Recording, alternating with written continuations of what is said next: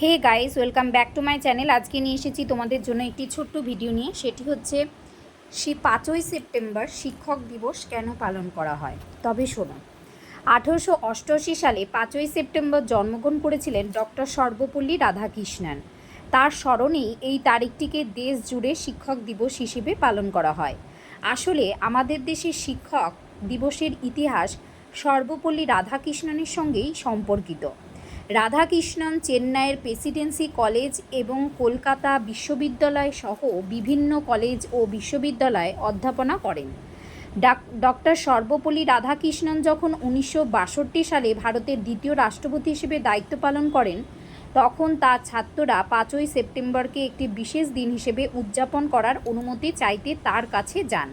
কিন্তু রাধাকৃষ্ণন এর পরিবর্তে সমাজের সকল শিক্ষকদের অমূল্য অবদানকে স্বীকৃতি দিতে 5ই সেপ্টেম্বরকে শিক্ষক দিবস হিসেবে পালন করার জন্য অনুরোধ করেছিলেন। আর এইভাবেই 5ই সেপ্টেম্বর ভারতের শিক্ষক দিবস হিসেবে পালিত হতে শুরু করে। এই দিনটি সকল শিক্ষকদের প্রতি শ্রদ্ধা ও কৃতজ্ঞতা জানানোর দিন।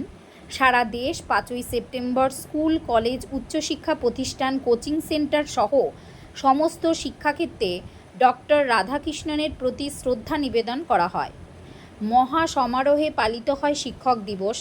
শিক্ষার্থীরা তাদের শিক্ষকদের শুভেচ্ছা বার্তা, কার্ড, ফুল, মিষ্টি এবং উপহার দিয়ে শ্রদ্ধা ও কৃতজ্ঞতা প্রকাশ করে।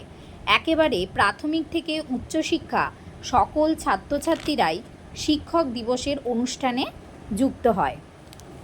তো বন্ধুরা, তোমাদের যদি এই ভিডিওটি ভালো লেগে থাকে অবশ্যই লাইক, কমেন্ট, শেয়ার এবং সাবস্ক্রাইব করতে ভুলবে না। ধন্যবাদ।